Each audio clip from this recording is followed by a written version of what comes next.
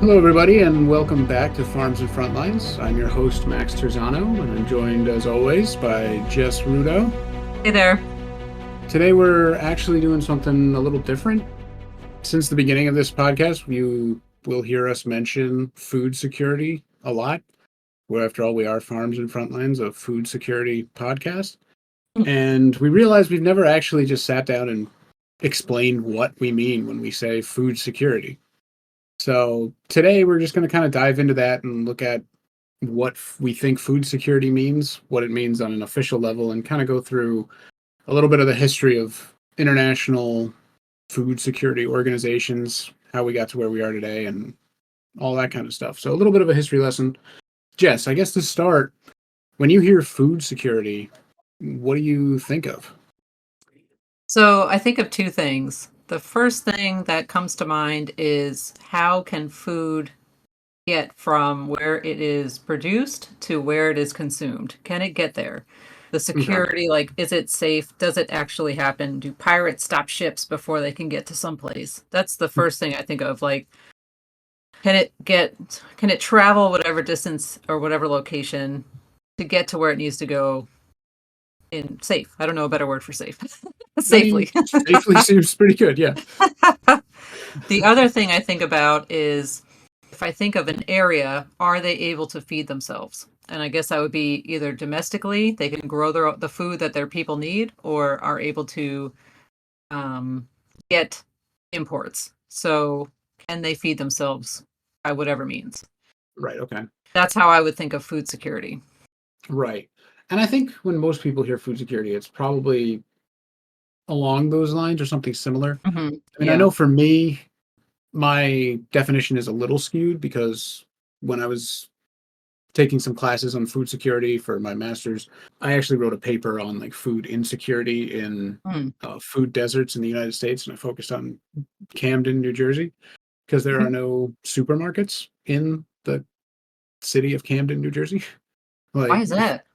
it's a whole weird thing where there's this whole like scandal with ShopRite because they bought a plot to build a new ShopRite, but then they were Mm. like the politicians in the city were just using it to like funnel money to their campaigns, and the store never got built, and it was just all this corruption. And Oh, wow. yeah, it was this wild story that just, I don't know, it was very upsetting. But I think they've been working on it. There should hopefully now, I wrote this paper a couple years ago, so I'm hoping now there are grocery stores. But when I hear food security, I think just access to food. And I don't mean just like being able to like go out and harvest your own food or whatever, but it's just being able to either buy food or afford food or have simple just access to food. Like when we talked in previous episodes about the Horn of Africa going through a drought Hmm. and not being able to have any food dropped off because other more well-off countries were buying grain for whatever reason. Yeah. So they were obviously very food insecure. I think most people would probably lump their idea of food security with like a mishmash of our two definitions there. But looking at it through like I don't know, I guess like an official lens, what was the definition that we found? That was, I think the first one started with in like 74 or something. Yeah, the Yeah. 1974 World Food Summit. There's a 1974 World Food Summit and then another one in 96. But the current definition of food security is, quote, when all people at all times have physical and economic access to sufficient, safe, and nutritious food that meets their dietary needs and food preferences for an active and healthy lifestyle, end quote. And I mean, like Very, that's, very specific, I think. it is very specific, but and it seems like just when you're listening to that, it's like, yeah, okay, that makes sense. But it's a much harder task to make sure that everyone in the world has that, right? I think it's actually, the key terms that stand out to me is nutritious food or an active and healthy lifestyle. So that means Yeah. like we can't ship Twinkies all over the world and call Yes. it good and Yeah, check the exactly. box. Like, all right, cool, we did it. Everybody, we solved food insecurity. I mean, they are shelf stable. Right. However, they're I think one of the other things that jumps out to me too is like it says safe and nutritious food that meets their dietary needs. Yeah. So it's trying to account for, everybody who may not have the same dietary needs as everybody else. Like some people are allergic to things, some people just can't Well, have certain foods. interesting, because when I think of dietary needs, here in the United States, dietary needs would include a protein, where other areas may not include a protein due to Right. economic or other such reasons. So that's a good point. That's a foreshadowing because we're probably going to Hmm. reference that in our next episode. Yeah, Yeah, actually, but look yeah, at but that. each I know. Look at me. um, yeah, that's a good point because yeah, dietary needs is not a blanket. Everybody's dietary needs are not the same. So that's yeah, good point. You mentioned that official definition, Yeah, but right. when did people really start talking about food security as an international issue? Right. Thinking about food security as an international issue is a new concept and one that is, brought up in a time of complete chaos. And it's brought by the League of Nations in 1943. They go to the Hot Springs Conference. What's it called? The Hot Yeah, Hot Springs Springs Conference. Conference in Hot Springs, Virginia. Again, 1943, which, is World War II, to Hmm. talk about how to address what will be and is it is at that time, but they recognize it will continue to be an issue. Like, how does the world feed itself? How do we make sure that food is available everywhere after the war? So that's going to be one of the first times. There is, economically there are other things that address the movement of food, but this conference is going to be one of the first international to create an organization that is thinking specifically about food security in the way that we just defined, getting people everywhere around the world what their dietary needs to have a good life. Okay. So what comes And out of that? What comes out of that conference is the creation of the Food and Agricultural Organization. So while the League of Nations will, you know, cease to exist in 1946, the mhm. United Nations is born in 1945. And the FAO, again, Food and Agriculture Organization, is signed into existence in 1945 also as a UN agency, and it still exists today. So the Hot Springs Conference leads to the creation of the Food and Agriculture Organization, which gets signed into, like, they chartered into the United Nations officially. There's Mhm. this whole dramatic speech that they give when the League of Nations dies. Viscount Robert Cecil is in Yep. Geneva, Switzerland. And I just want to mention, because it's just such kind of a cool eulogy, I guess, where the last line is, "The League is dead, long live the United Nations." Like, that's just, I don't know, that's pretty cool. Yeah, So at that's that definitely point, an iconic line. yeah. And at that point, like I said, the League of Nations is dead, doesn't exist anymore. The United Nations is obviously still around today. The FAO, as you mentioned, was created in 1945, was Hmm. led by Sir John Boyd Orr, Hmm. and his work on the creation of the FAO and towards, ending world hunger and all that good stuff actually resulted in him winning the Nobel Peace Prize in 1949, which is pretty cool. Yeah. Now, if we're talking about just historical international attempts at tackling food security and all of that kind of stuff, I do want to mention there was one international organization prior to the FAO. It was called the International Institute of Agriculture, and it was actually created by the King of Italy, Victor Emmanuel III, which there's another little history lesson for you, because I didn't, like, when I think of Italy, I don't really associate it with kings, but Ah, you there you forgot go. about the Italian Wars of Unifications. I just, Isn't I wasn't thinking about the Italian Wars of Unifications well, isn't there a king in Italy, like, right even now. during World War II? Oh, I think it became a republic after that. I mean, maybe. I don't know. As my wife always says, I'm the worst Italian, so I don't know. Yeah, Uh, Italy becomes a democratic republic in 1946, so they have a oh, king okay. all through, World War II. Okay, well, there you go. Look, Jess, you're an excellent history teacher. You should probably teach history. But the International Institute of Agriculture was created by Victor Emmanuel III, King of Italy. And it was really the first intergovernmental organization to kind of deal with the problems and challenges of agriculture on a global scale. It really worked to just like collect and publish data on agriculture, like a lot of statistics and crop diseases and all that kind of stuff. But World War II effectively put an end to that org. Mhm. And in 1948, after World War II, the IIA was officially dissolved and its functions, facilities, and its mandate were transferred to the FAO, which Ah, okay. moved its headquarters from Washington, D.C. to Rome. Mm, So I guess interesting. that makes sense why they moved to Rome, because I was trying to figure that out earlier, just when I was doing research and stuff. Yeah, I guess that would make sense, right? Because that's going to be more of the heart of the problem. Right. And I mean, if they already had a good Mhm. 50 years almost of kind of just doing the work, they still have like infrastructure in place. My initial thought when we were going over this was it's in the United States to continue to have the United States buy-in. Right. Okay. Like the reason why the United Nations is in the United States is so that there's US buy-in into the program because they didn't buy Right. into the League of Nations and then that failed miserably.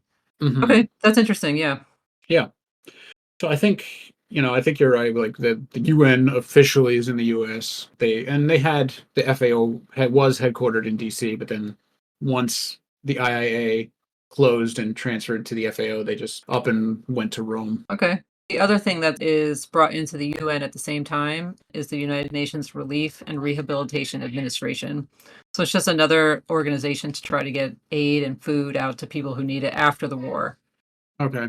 But what's going on in 1946, so after the war is over, is there is a special meeting on urgent food problems, and that's what it's called, the special meeting. It's like The yeah. FAO is trying to take stock of where they're at, what's going on, how is the 1946, 1947 harvest going, and how do they get after? Because during World War II, there's an estimated 25 million people that died of starvation. So the Mm. world is in or it's in bad shape. So they do a survey on 70 countries. Now, which 70 countries we couldn't find in our research, but because we didn't want to pay the $20 for the notes. Yeah, you could buy the actual like meeting, the special meeting on urgent food problems for $20 on Amazon. And I was like, Yeah, nah, I don't think so. I know. We'll let you know that 70 Yeah. countries were surveyed and then kind of an attempt to get an analysis of like the state of the world and food at that time. And this was the FAO's first large Mhm. scale and their most ambitious project to offer proof of the rate of hunger. This wasn't to fix anything yet. It was just to It's almost like, quantify that there yeah, is hunger and it's a problem. here is the scale of the issue we're dealing with. Yeah. Yeah, exactly. After that, they moved to Rome. I mean, there's a bunch of cool stuff in between there that they do. Like, there's the Desert Locust Program, which, as you might imagine, focuses I was, on desert locusts. The man. International Plant Protection Convention. There's a whole bunch of stuff. They do world food surveys kind of on the regular now. Oh, look at this, the World Seed Campaign. Yeah, I was just looking at that. So Yeah. that's pretty cool. A whole bunch of stuff. But what I really want to talk about is the FAO. They start doing all of this work, committing these studies, getting all the information, and eventually the UN realizes they need more. In order to tackle the problem of food insecurity, there needs to also be their action arm. Like the FAO does all the research and then they Okay. gather all the knowledge, they, have ideas and thoughts and they can create policies and stuff like that, but there's nobody to really implement them. And that's where the creation of the World Food Program comes in. And when you say nobody to implement them, it's meaning that the governments where these issues are happening are not able to fight it. Yeah, I mean that and the UN in general, like they don't have the means to do it. Like the FAO, they have their mission to which is Our goal is to achieve food security for all and make sure that people have regular access to enough high quality food to lead active, healthy lifestyles. okay. And so I guess their vision of doing that is by, doing these Oh, these studies and stuff like that. so they have a whole thing, right? A whole strategic framework. Like, here's how we get after it. Right. And their parent organization is the Economic and Social Council, whereas the World Food Programs is just the General Assembly, Okay. Okay. which I guess kind of makes sense, right? Yeah. The World Food Program was established in 1961 Yep. 1961. I after see that. and that was after the 1960 Food and Agricultural Organization Conference, Yep. where George McGovern, the director of the U.S. Food for Peace programs, proposed establishing a multilateral food aid program, and the UN agreed with him. The World Food Program was created, and its first programs in 1963 were by the FAO and the UN General Assembly on a Okay. 3-year experimental basis. They were supporting populations in Sudan. Dan. In 1965, the program was extended. The World Food Program programs were Hmm. successful, quote unquote, enough that the UN decided to keep it around. And I mean, Does it's the like it's a fund? fully fledged, like it has Oh yeah. over 22,000 staff members in the World Food Program. Like it's not a small rinky dink Yeah. operation, right? So is the World Food Program also brought about because the FAO is given all this money in 1959, the UN Special Fund? I think so. So, yeah, created and commences its activities in 1959 based on a total contribution of 26 million by participating governments. During the first year of operation, FAO is responsible for the execution of approximately a third of the total activities of the special fund. And I So think that that's probably is where, like what gives the opening for the World Food Program, like this action arm to come right. into existence. Okay. Because I think they get all that money and then they're like, Mhm. we have pinpointed, we've recognized a lot of issues and areas where we can go in and create these programs and do the work, but Right. like we can't do that. We just do the research and the study and the background and all that. Right. But we need an arm that will actually go out and do that. And then the World Food Program comes in because George McGovern proposed Mhm. it, which and it was implemented and again was quote unquote successful enough that it's still around today. And we've talked about it in previous episodes where it's kind of limited by the amount of fundraising it can do, Yeah. which is it's kind of rough because like we've mentioned, when grain was let out of the Black Sea blockade, the grain went to whatever countries could afford it. Right. It was bought and shipped by whoever was willing to pay for the shipping and the price of the grain. The World Food Program did buy some and sent it to Djibouti and other areas that needed it, but again, they're hampered by just how much they can fundraise. Right. I do think it's important to note that the first aid programs do go to, Africa. well, I was going to say like areas that are not typically given aid first. Mhm, okay, So, yeah. Hmm. yeah, like 1963, the first development program is launched in Sudan. And then looking at the 60s also, 1962, there's an earthquake in Iran that kills 12,000 people, and the World Food Program steps in to provide wheat, sugar, and tea. Hmm. So again, yeah, like again, the importance of wheat, right? Yeah. And we've also talked about sugar, and we talked about tea with that guy, the Scottish guy trying to like steal the tea, Yeah. the I tea got secret. a couple of messages from people who thought that was hilarious. All right. Yeah. I'll have But to you know what I'm find not seeing in here, which is kind of weird? I don't see any mention of like the missions to Marshall Plan. Haiti. Oh, well, is it the World Food Program that does it? I Oh, don't you're know. talking about I later. figured they would. Oh, okay. I was like in the 60s. Oh no, I'm just Um, looking in general, but okay, okay. just from a high level view, that's kind of a history of the global community trying to tackle food insecurity, coming up with definitions, creating international organizations. We had the IIA, founded in Italy by the king, which we learned about. Thank you, Jess.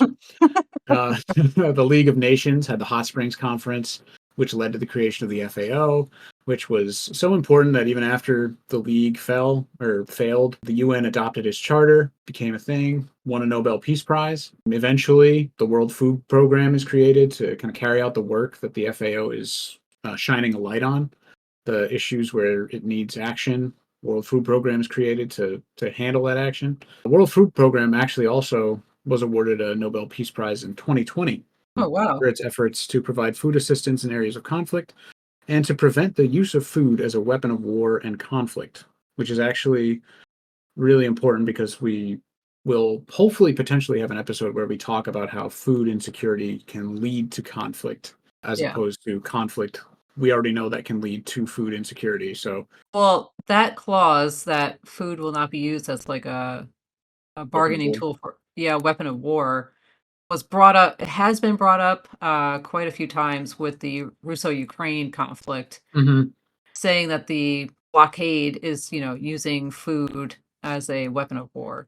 Right, which is definitely understandable. And then, And not to get into a totally separate topic, but Gaza, what's mhm, happening mhm, there, that the port that was made and never used to like drop food right, off, all that. Anyway, yeah, anyway, yeah, that's a I whole know. nother That's series. But yeah, that's obviously like the World Food Program, FAO, like they all have these zero hunger goals and all that kind of stuff. But I think it's important to really just think about like everything we've talked about, like natural disasters. We've talked Mhm. about the Russo-Ukrainian conflict and how that plays into it. We've looked at Haiti and just how everything can go wrong in terms of food and agriculture. Yeah. And then we've also looked at like alternative proteins and how they can be used as a tool to supplement areas where it's more difficult to either farm or you can't or issues. So when you think of like the zero hunger sustainable development goals, they're Is that even a possibility? Like, I don't call me a skeptic, but I don't I think just so, especially since the World Food Program had it their goal was to achieve zero hunger 20 by 2030, 2030, yeah, the 2030 which project, yeah. I don't see that happening, but Yeah. hopefully I would love to be proven wrong, but I don't see that happening. It doesn't even make sense. I think if anything, everything we've talked about would be that there needs to be like duplication of processes. You need to have a backup plan. There needs to be Right. like primary and a secondary that is ready to go at all times. Otherwise, like if it's all domestically produced, okay, and then a hurricane comes and knocks it out. So now you have Yes. nothing. So you need Yeah. to have that support of the international organization. Hmm. It just doesn't, I mean, you just have to have a really, really well thought out, multi-tiered system in place to keep yourself fed. Which we kind of talked about it with like the Chinese in Smithfield, where they Yeah. have Yeah, kind of a exactly. little bit of a backup plan. And Exactly. I think the UN, like with the FAO and the World Food Program, what an ambitious task. I mean, Gosh, yeah. like it is no small task to be like to just look at the world, say, okay, massive populations all over the world are starving and are food insecure. Let's solve that. But we also have to rely on donations and fundraising. Like Y Can I say that's just man. I just had an epiphany. Oh good. Congratulations. Well, okay, because I pointed out 1961 and 1963, the World Food Program, the first areas that they're working on are in, countries in Africa. Hmm. And what was the other? Iran. So, Middle East-ish area. Right. It's not Europe. One of the No. reasons that the FAO is started is because there's such massive starvation and hunger issues. Like we talked about off air, like the hunger plan that the Nazis are putting into place, right? Dealing with Hmm. Ukraine, starving people out, but And we and didn't even the talk about Russians the are like, Marshall Plan. Yeah. yeah, but that's what I was just gonna say. The Marshall Plan is so successful that these international organizations, their first area of concern is not Europe. Isn't that That's wild? actually a really good point. So, Wow, yeah, I don't even like you stumped me. I don't even know what to say to that. It's just like, no, I'm just saying it like all yeah, clicked in my brain, like, wait a minute. which yeah, I mean So, that was the whole reason for the Hot Springs conference was to yeah. be we're going through such an like a monumental time. We have to focus on how we're going to get food after this war. Can I tell you something that And I do know? Even sure, in so, like, I mentioned the UNRRA, like a brainchild of both FDR and Churchill. Churchill is okay, actually storing food, for after the war at a time when, like, Britain is starving. They're, like, cut right, off. They are they have their own blockade going on, but Churchill is still thinking, like, "We need to save some of this for later." okay, Um, and FDR is always thinking ahead, in terms of how do we get the world back on its feet. So hmm, UNRRA is kind of, another way that similar to the, Food and Agricultural Organization where leaders are like, "This is bad now, this is going to get worse." right, I would put that parallel to what's going on with Russo-Ukraine and the stoppage that happened with the wheat coming out and then subsequent, like, poor harvests that have followed. Like, we Mhm. think it's bad now, but I would imagine similar to, like, what FDR and Churchill were seeing, like, it's probably gonna get worse. Right, so you have to plan ahead. Yeah. You have to You're ration. planning You have to make e these smart decisions now. even in the midst of a really bad crisis, you have to be thinking of the future and how it's Mhm. going to be worse in the future. Like, what's the Right. plan to help your future self out? And I Which is guess bananas, right? Like, you can't feed the people right now. Like, during a war, like a massive war, like, yeah. you don't have the beans of the beans and bullets equation. But Right, yet at right, the right. same time, you're like, "I can't give you these now because we will need them later because it's going to be worse later." I don't Right. it blows my mind. It blows my mind. And just having the foresight to know that. Yeah, right? Yeah.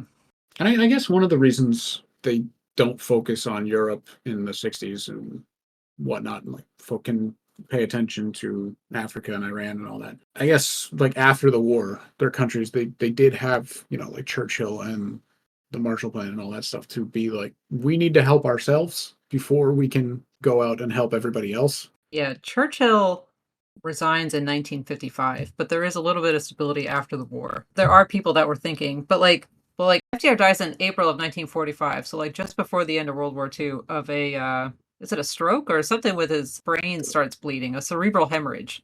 Right, right. While he's sitting having his portrait, Oh he man. dies. Imagine being the painter. Sorry, You're that's like, "Oh completely my that's neither gosh." here nor there. Yeah. There's still a Right. plan thinking about how do we get them back, right? The Marshall Plan, right? People have been thinking, how do we fix these countries, this area, when it's over? And Right. how it's done, the occupation of Germany versus like the occupation of Japan. Mhm.